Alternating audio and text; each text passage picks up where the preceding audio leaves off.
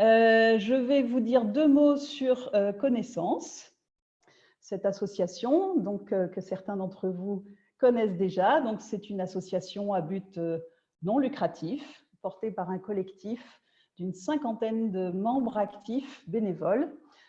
Parmi ces membres actifs, des coachs professionnels qui accompagnent les personnes dans nos parcours et 4 salariés, sachant que cette association est basée à Lyon 5e.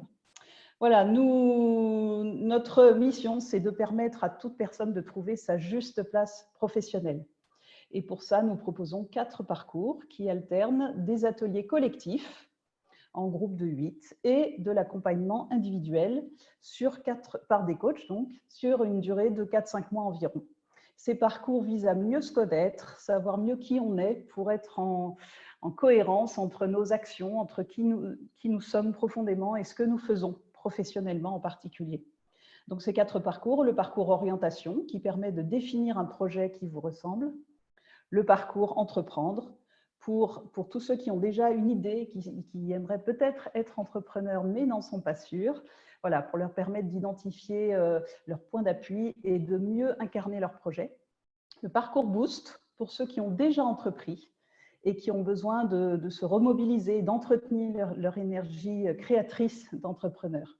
Et puis le parcours Nouveau Possible, qui est notre dernier né et qui s'adresse aux personnes en situation de handicap ou de plus grande fragilité. Au fond, c'est le même parcours que le parcours orientation, mais un peu adapté en termes de rythme, pour permettre à des personnes un peu plus en difficulté de retrouver une autonomie professionnelle et de définir un projet qui leur correspond. Voilà, nous sommes amenés également à faire des interventions sur mesure dans les entreprises, les associations et les collectivités autour de cette question de la juste place et de l'identité professionnelle. Voilà, alors je vais maintenant inviter l'intervieweur de ce jour, Paul Denis, à se présenter et donc à me rejoindre. Paul. Bonjour, est-ce que vous m'entendez? Tu Je m'entends, pense que Isabelle? oui. Oui. Bonjour à tous, mon nom est Paul Denis, donc je suis coach professionnel également, formateur en management et je suis accompagnateur chez Connaissance depuis quelques années déjà. Voilà, et puis nous allons inviter également Héloïse à venir nous rejoindre. Alors Héloïse, voilà. Bonjour Héloïse. Voilà. Alors Héloïse, je crois que tu vas être amenée à te présenter, donc je vais vous laisser tous les deux et puis moi je m'occupe des questions pendant ce temps-là. Bonjour Héloïse, merci d'être avec nous aujourd'hui pour ce témoignage. Donc je vais te poser quelques questions qui vont te permettre de te présenter et présenter ton expérience aux participants du webinaire aujourd'hui. C'est bon pour toi. Donc voilà, est-ce que tu peux déjà en quelques mots te présenter, nous dire qui tu es? Oui, donc je suis Héloïse Ledo, j'ai 31 ans, je vis à Lyon et je ne sais pas si j'en dis plus pour l'instant. Vite savoir la suite. Bon, donc ça c'est toi. Ton parcours professionnel, d'où viens-tu en termes professionnels? Alors, donc moi je suis issue d'une formation longue en ressources humaines que j'ai effectuée en alternance, à la suite desquelles j'ai travaillé pendant 4 ans dans le domaine des ressources humaines et la paye. En parallèle à ça, en fait, j'avais monté aussi une micro-entreprise de pâtisserie qui était une petite activité annexe que je faisais un peu pour le plaisir à l'époque, qui n'est plus d'actualité aujourd'hui, mais en tout cas, ça a aussi fait partie de mon parcours. Et voilà, donc aujourd'hui, j'ai complètement changé de métier. Et voilà, je pense qu'on y viendra après. Ouais, d'accord. Donc, tu as eu une expérience d'entrepreneuriat avec la pâtisserie. Oui, tout à fait. Petite expérience. Et du coup, donc aujourd'hui, tu n'es plus dans les RH. Et qu'est-ce qui t'a amené donc à remettre en question ce métier que tu avais jusque-là? En fait, c'était une remise en question qui a été assez, qui était un peu depuis le départ, même pendant mes études. J'avais le sentiment de ne pas forcément être à ma place dans ce métier, dans ces études-là, mais sans savoir non plus vers vers quoi me tourner autrement. À l'époque, ça a été, je pense, un peu la situation de facilité de m'orienter vers un parcours un peu classique, en tout cas pour mon entourage et moi. Et en fait, voilà, ça a été. Je savais que je ne serais pas tout le temps dans ce métier-là, mais je ne savais pas combien de temps je tiendrais. Et ça a été assez long, donc j'ai fait des études qui ont duré 5 ans. Et j'ai travaillé ensuite 4 ans en tant que RH dans diverses entreprises. Et en fait, ça a été vraiment un cheminement assez long pour me dire vraiment, là, allez, stop, on se pose les bonnes questions et on va poser carte sur table pour un peu voir ce qu'on doit faire.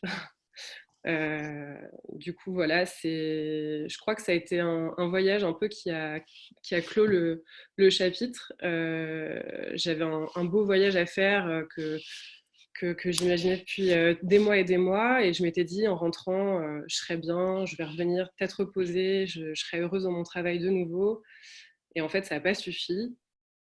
Et donc là, je me suis vraiment dit, allez, stop, on arrête.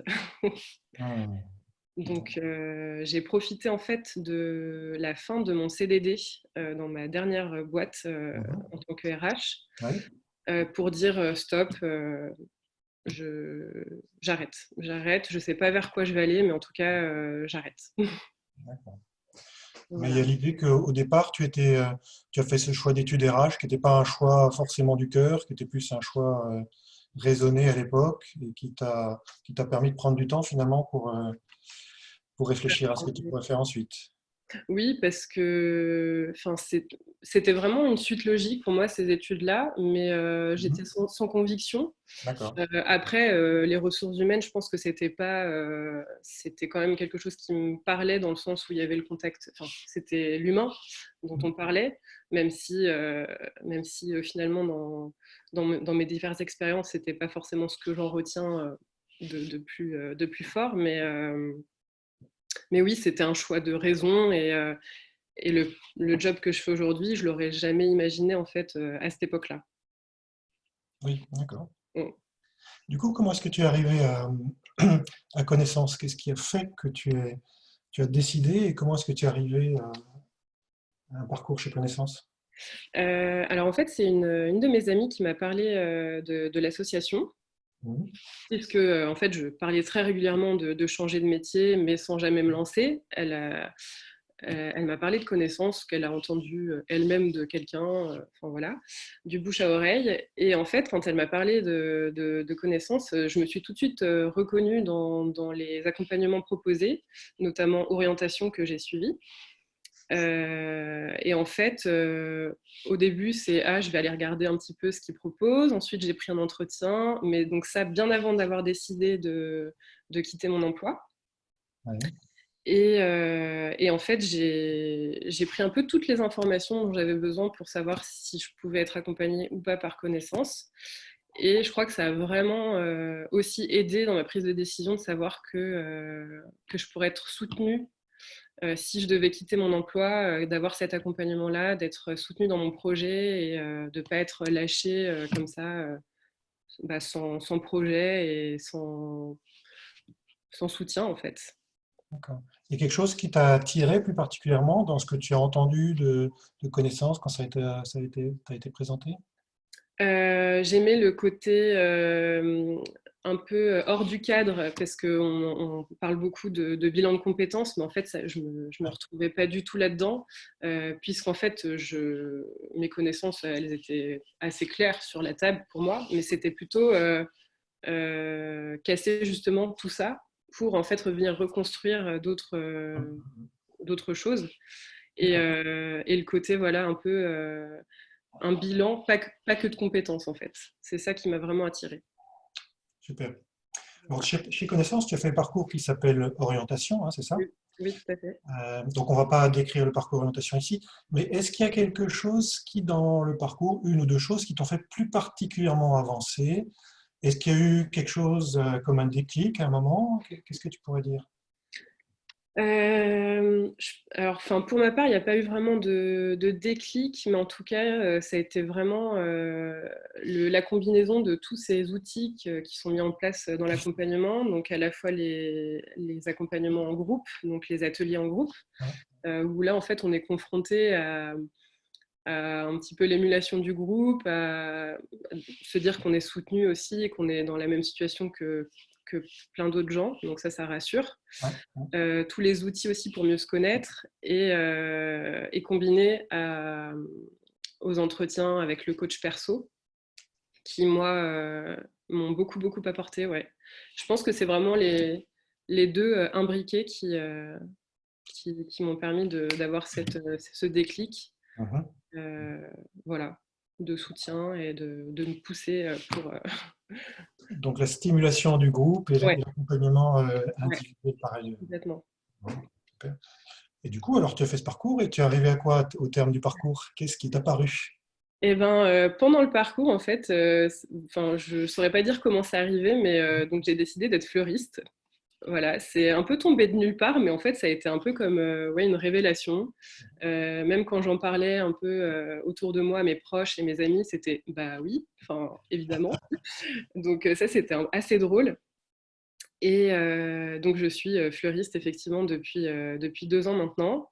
J'ai mon CAP et en fait, ce que m'a apporté connaissance là-dedans, c'est donc déjà de m'avoir fait découvrir que je pouvais être fleuriste, de faire tomber toutes les barrières de formation, de me dire que j'étais dans la possibilité de faire cette formation-là, même en étant adulte, j'avais 28 ans à l'époque, 27 ans. Et voilà, de me pousser et de me dire, en fait, tu as le droit de le faire. C'est pas un métier qui est inaccessible pour toi. Et pourtant, dans ma tête, c'était ça dès le départ, quoi. Enfin, c'était pas possible. Et pourtant oui. C'est quand même un sacré virage, effectivement, d'un métier DRH en entreprise Ouais. pour devenir fleuriste. C'est une reconversion assez spectaculaire, en fait. Donc ça, c'était le projet. Et tu en es où, du coup, aujourd'hui? Alors aujourd'hui, donc je suis salariée d'une petite boutique dans le centre lyonnais. Auparavant, en fait, j'ai fait 1 an et demi dans une boutique un peu plus conséquente qui me correspondait pas forcément vraiment en termes d'image et de travail. Et c'est là où aussi on voit que le travail de connaissance fait son chemin sur tout le long de la carrière, c'est de se reposer les bonnes questions tout au long de sa carrière, même si c'est fleuriste en fait. Et donc aujourd'hui, voilà, ça fait depuis février, donc mon expérience est courte dans cette boutique, mais j'y suis très très bien, très épanouie et je m'y retrouve vraiment très bien. Et peut-être qu'un jour j'ouvrirai ma propre boutique, ça, ce sera encore un autre projet. Et non, ça fait plaisir à entendre Voilà. de voir que tu es heureuse dans ce que tu fais Ouais, après ouais, ouais, ce choix complètement. professionnel radical. C'est sans regret et en fait, je réalise pas en fait encore.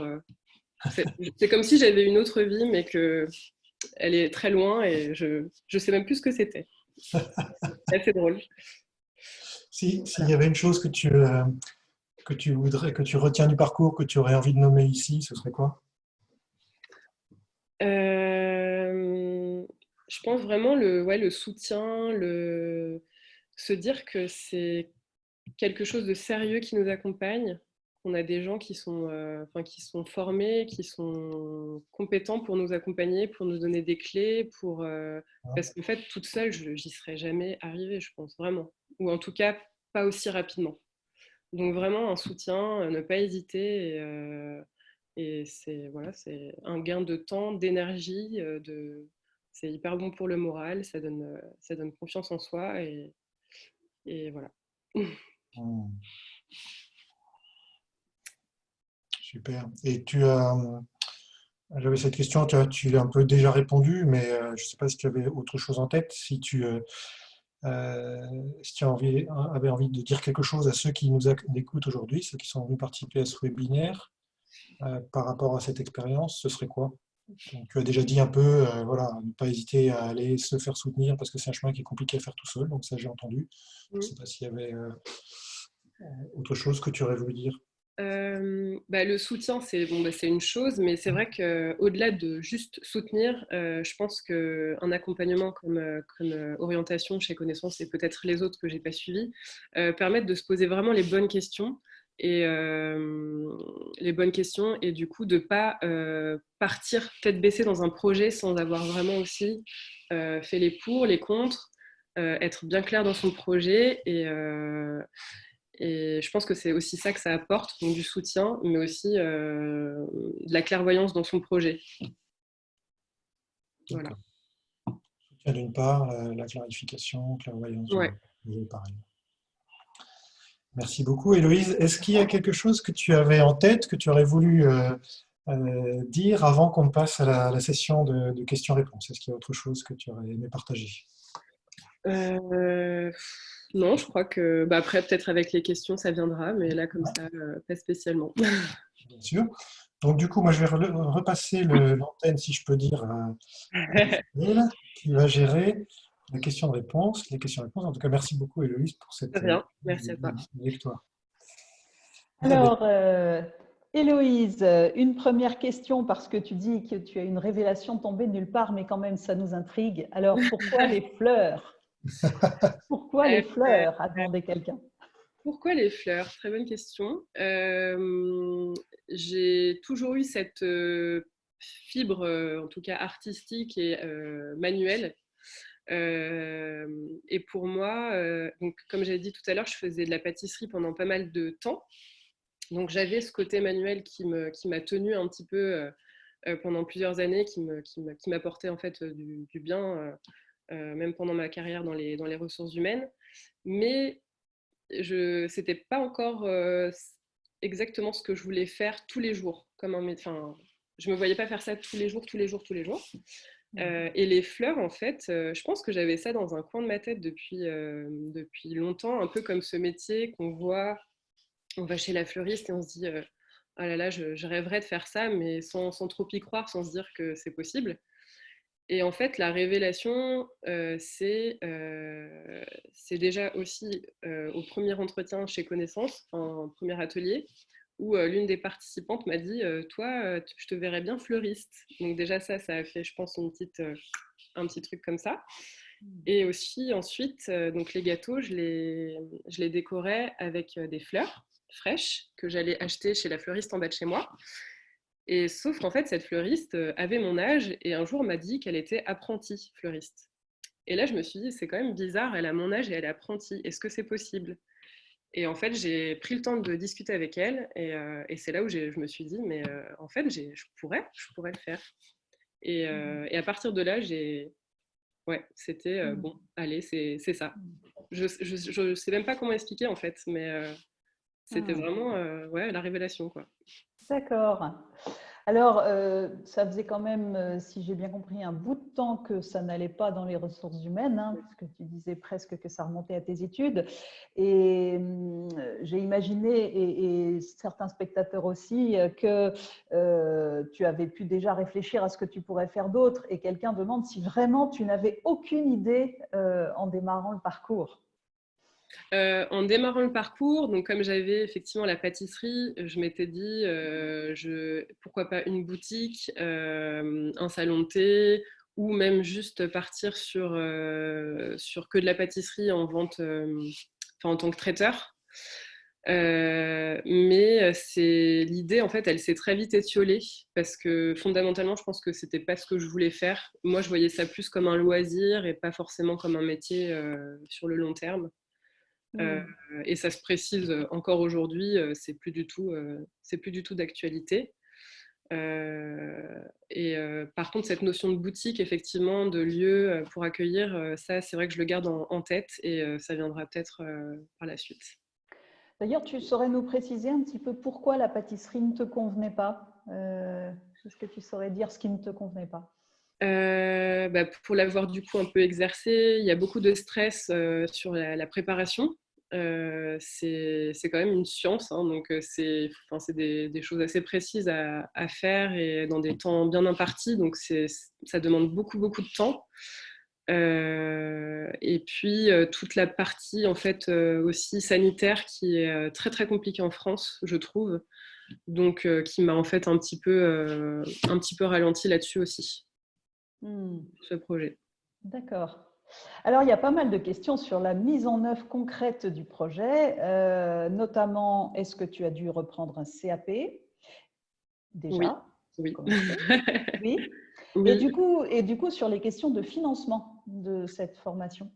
Alors, donc oui, j'ai dû faire un CAP parce qu'en fait, quand on se renseigne très vite sur ce métier-là, on n'embauche pas quelqu'un s'il n'a pas le CAP minimum. C'est vraiment un métier, hein, donc il faut avoir le CAP.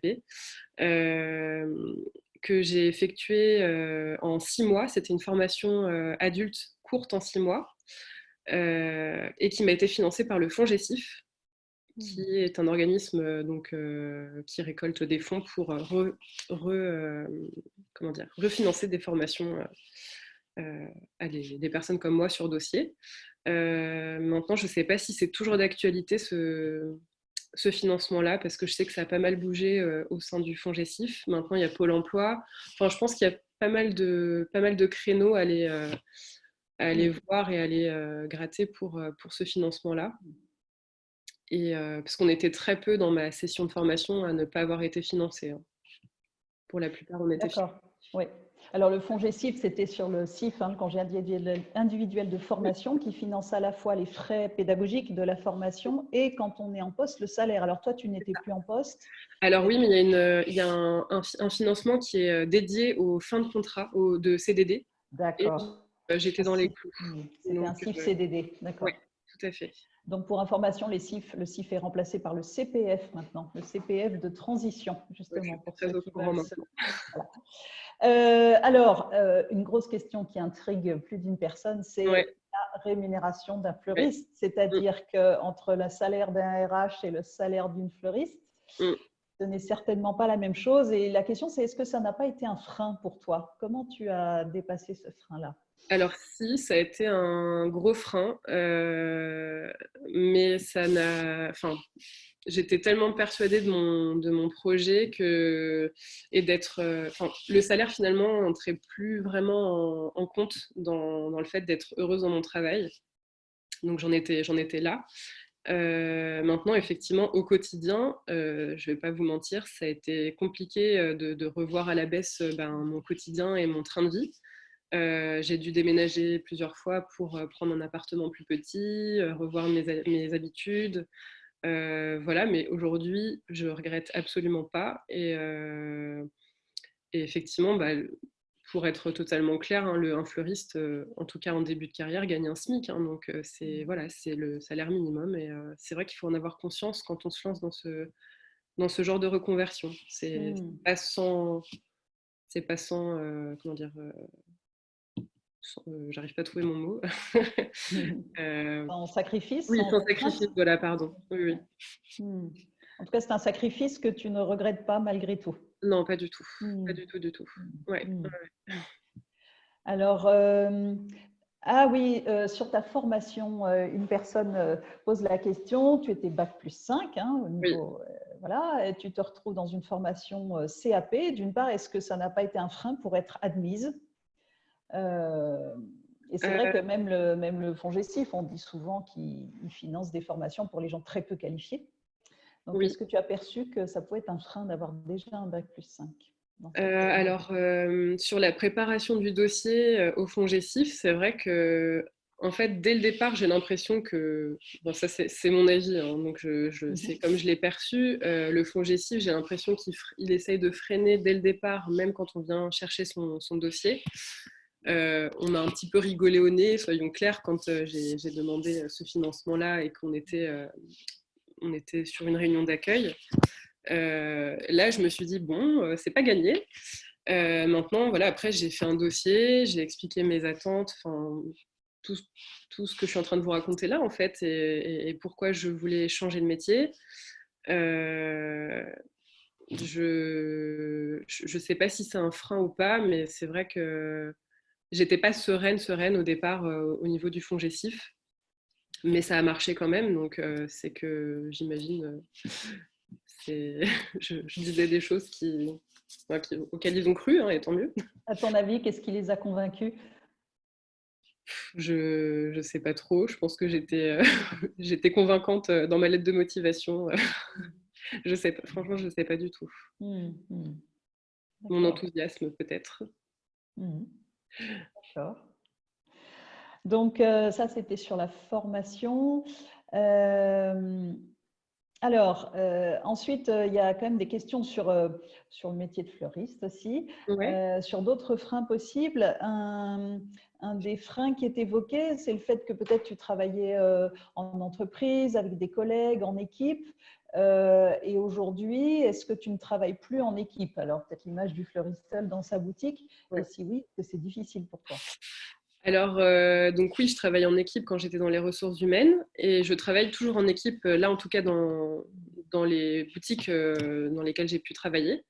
Donc, de ce niveau-là, ça ne change pas grand-chose. Le point vraiment très différent, en tout cas, d'un métier à l'autre, ça va être la clientèle. Ça, c'est une nouvelle facette que j'ai pu découvrir. Donc, le contact client. Mais c'est vrai qu'au niveau des collègues, et ça n'a vraiment rien changé de particulier dans ma vie. D'accord. Et du coup, est-ce que tu saurais dire, bon, tu sembles épanouie hein, dans ce métier-là, mais en quoi c'est vraiment différent pour toi maintenant? Qu'est-ce qui fait que ça t'épanouit autant par rapport à ton ancien métier RH?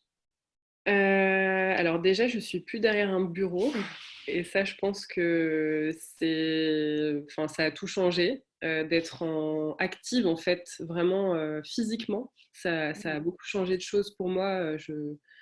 Enfin, voilà, je m'y retrouve vraiment beaucoup.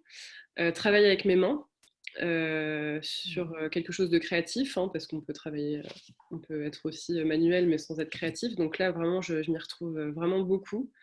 En plus, je suis dans une boutique où j'ai le droit de proposer plein de choses et tout, donc c'est hyper chouette. Et puis voilà, ce contact client, en fait, je me suis un peu découvert une fibre commerçante, en tout cas, et dont j'étais pas forcément très sûre, mais en tout cas, que je trouve très agréable et c'est plutôt, ouais, c'est vraiment chouette aussi.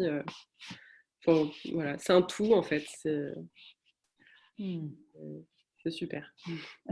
D'accord.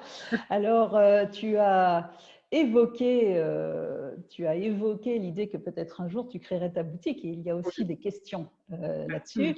Est-ce que c'est un objectif pour toi de créer une boutique? La prochaine étape, comment tu vois un petit peu les choses à l'avenir?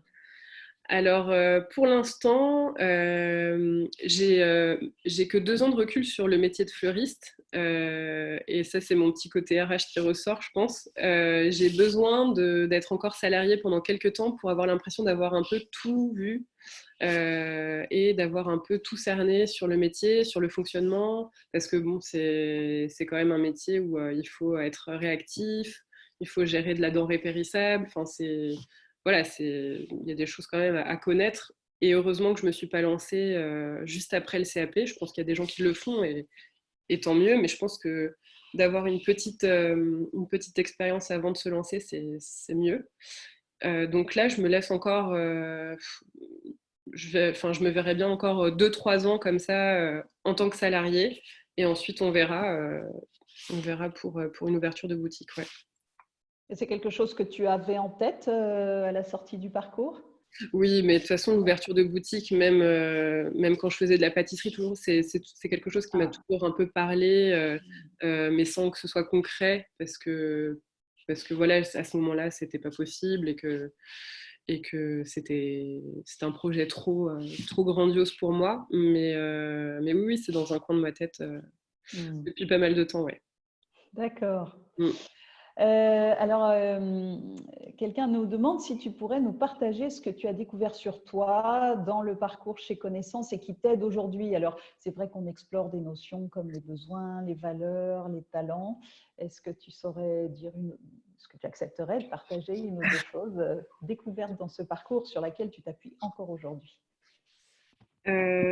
Moi, que j'en retiens, ça fait assez loin du coup maintenant, mais c'est vrai que j'ai encore ça qui me reste en tête, c'est les peurs en fait que je me suis créé moi-même, que la vie a créé pour moi de par mon parcours.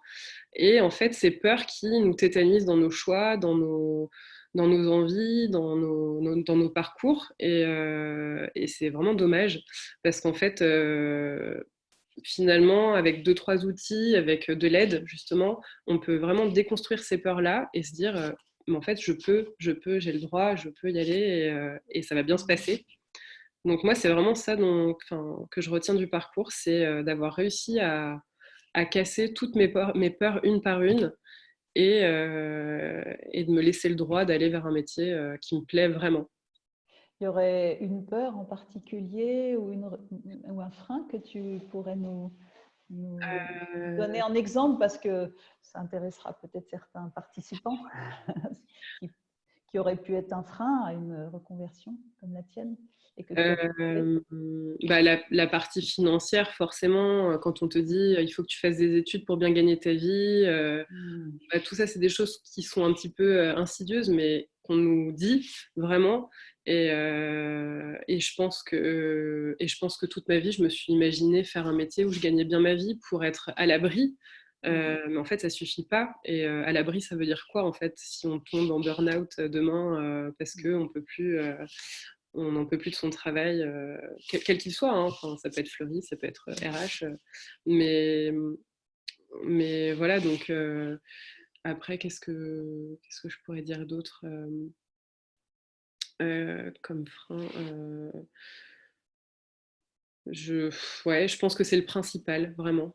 L'aspect financier. Hein. Ouais, l'aspect financier, parce qu'on est habitué à ça, parce que voilà, aussi parce qu'il faut faire des grandes études, enfin, ou en tout cas des études, quelles qu'elles soient.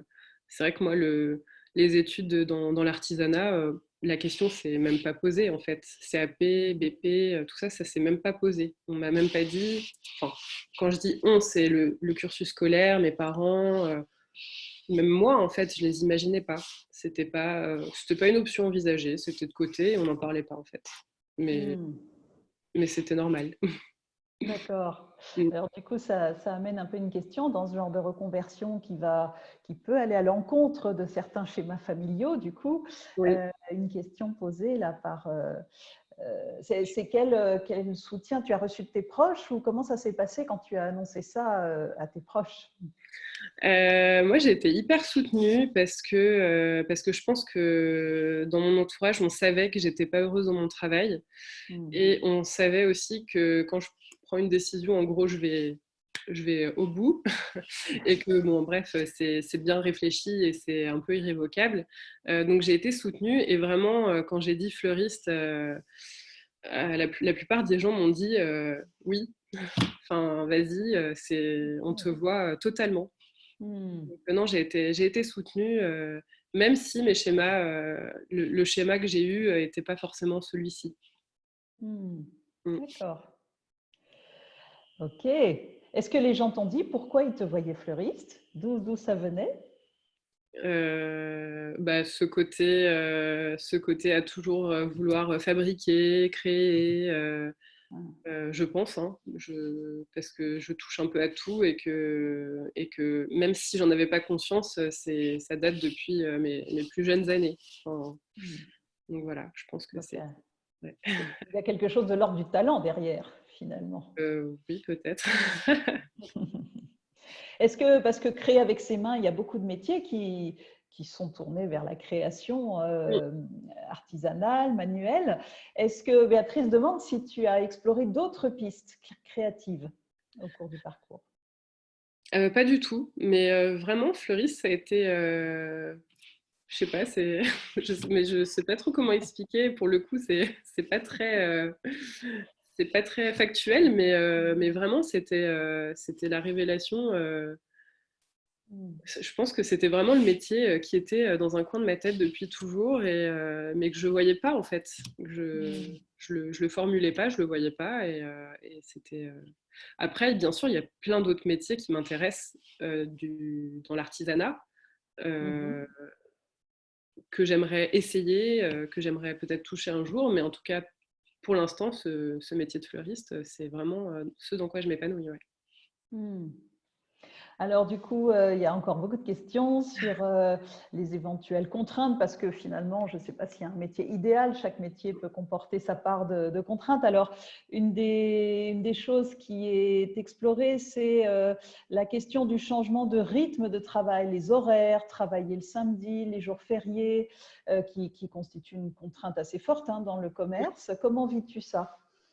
Donc, quand je disais que connaissance intervenait aussi là, c'est de vraiment poser carte sur table et de bien ficeler son projet et de mettre les plus et les moins d'un côté pour être sûr qu'on va dans la bonne direction. Ça en faisait partie, donc il y avait la rémunération et le changement de rythme et aussi la difficulté du métier parce que c'est un métier qui paraît de l'extérieur effectivement assez joli, assez doux. Et en fait, c'est un métier qui est très physique. On porte des charges lourdes, on a les mains abîmées. Enfin, c'est vraiment un métier costaud. Donc oui, ça a été. Il a fallu s'acclimater. La première année, je ne faisais pas la maline. Je rentrais chez moi le soir et j'étais très fatiguée. Mais c'est un rythme à prendre et aujourd'hui, j'ai pris le rythme et je me sens très bien comme ça. Pour ce qui est du travail le week-end, ça fait partie des points noirs forcément de ce métier-là, mais c'est pareil, je le savais en y allant. Donc aujourd'hui, moi, c'est accepté et c'est comme ça en fait, ça fait partie du job. Et puis bah, après, voilà, on est avec mon conjoint, on se cale, on vit autrement peut-être qu'un couple lambda, mais en tout cas, on s'organise comme ça, quoi. Ça fait partie de notre vie et c'est comme ça. Alors, une autre représentation peut-être je ne sais pas si une contrainte, mais Ouais. une question, c'est est-ce que le fait de faire un métier manuel te laisse une certaine insatisfaction sur le plan de la stimulation intellectuelle? Alors moi, je le ressens pas. Je le ressens pas, non. Enfin, c'est vraiment personnel. Donc pas du tout, pas du tout, parce qu'en plus après, là moi je suis que salariée, mais effectivement je pense que si j'avais ma boutique, il y aurait aussi toute la partie comptabilité, euh, clientèle aussi, marketing. Enfin, je pense qu'il y a plein de choses. C'est un métier qui est très complet, comme tout travail, comme tout métier artisanal. Pour l'instant, moi, c'est pas du tout un problème. Donc voilà, je me sens pas lésée là-dessus. Non, non, non. D'accord. Alors, une question, c'était est-ce que tu te sens plus utile aujourd'hui que dans tes Utile. précédents métiers? Utile, je sais pas. Oui, on apporte du bonheur aux gens, on les accompagne dans des moments bons et moins bons, donc il y a une sorte d'utilité. Mais en tout cas, ce dont je suis sûre, c'est que je suis à ma place et je suis très heureuse d'aller travailler le matin. Et ça, voilà, c'est important. Oui, c'est sûr. Ouais. Alors, Paul, d'ailleurs, Paul te demande l'adresse de la boutique pour fêter la fin du confinement. Alors, la boutique se trouve, donc c'est Cléza Fleurs et Jardins, et elle se trouve rue de 16 ou 15 rue de 16, Bon, près de Foch. et N'hésitez ben pas. voilà. Donc, tous ceux qui auraient encore des questions à te poser sauront où te trouver au Exact. 15 rue de 16. Ouais, avec plaisir. La clé, j'ai pas retenu le nom de la boutique. Cléza. Cléza, Ouais. d'accord, Cléza. Très bien. Voilà. Voilà. Ben, écoute, merci beaucoup Héloïse. Très Alors, je vois qu'il y a des questions qui concernent plus peut-être l'association Connaissance. Alors, si, une question qui s'adresse à toi, puisque tu as eu un groupe de connaissants, mais est-ce que tu as eu, et je vais terminer avec celle-là sans doute, est-ce que tu as eu l'impression que chacun des participants, alors de ton groupe, parce que tu ne peux pas parler des autres, a eu cette révélation dont tu parles? Alors, dans mon souvenir, je pense il y avait des profils tellement différents déjà et des intentions, parce que c'est vraiment très varié. On n'est pas tous dans mon cas à être à la fin d'un contrat et à vouloir partir sur autre chose. Il y avait des gens qui étaient juste là pour se poser des questions sur leur emploi actuellement, savoir s'ils pouvaient améliorer des choses ou changer des choses pour qu'ils se sentent mieux au travail, ou des personnes en recherche d'emploi et dont il fallait, ils avaient besoin d'un petit déclic aussi pour se relancer en recherche d'emploi. Donc je pense qu'on avait des parcours tous différents, mais de ce que j'ai pu voir, on a tous un peu réussi à trouver ce qu'on était venu chercher, en tout cas pour la suite. Après, c'était pas du tout, je pense que c'était pas du tout les mêmes profils que moi, donc chaque histoire a eu son dénouement, ouais. Ouais. Ok, alors nous allons terminer. Donc, je disais, il y a eu quelques questions sur le coût des parcours. Alors, ce que je vous propose, c'est en fait, pour tous ceux qui sont intéressés par ces parcours, et bien d'appeler directement sur le téléphone de Connaissance. Et alors, il y a un répondeur parce que nos salariés actuellement sont chez elles, mais elles vous rappelleront très vite pour vous proposer un entretien d'accueil si vous êtes intéressé ou répondre à vos questions concrètes. La dynamique de Connaissance, c'est au-delà des groupes de chaque parcours, un réseau solidaire actif de 500 personnes maintenant qui ont participé à nos parcours et qui ont donc des expériences très diverses, comme le disait Héloïse, dans des champs très divers. Et puis, ce réseau se nourrit d'ateliers, d'afterwork, de soirées thématiques, alors quand on n'est pas confiné, bien sûr, pour nourrir la réflexion, les échanges post-parcours entre tous ces professionnels de secteurs différents. Voilà, je vais lancer tout de suite le petit sondage pour que vous puissiez nous dire comment vous avez apprécié ce webinaire. Donc, merci de nous répondre. Et puis, n'hésitez pas à revenir vers nous. N'hésitez pas non plus à regarder à nouveau ce webinaire en replay dès la semaine prochaine, disponible sur le site de Connaissance. Et puis à nous rejoindre pour les webinaires, les prochains webinaires. Donc, le jeudi prochain à 14 h, un webinaire animé par Céline Moras et Émilie sur mes choix professionnels, mes choix et moi. Voilà, et puis la semaine prochaine, à nouveau un témoignage et un nouveau webinaire thématique. Voilà, merci beaucoup à vous et à très bientôt. Merci.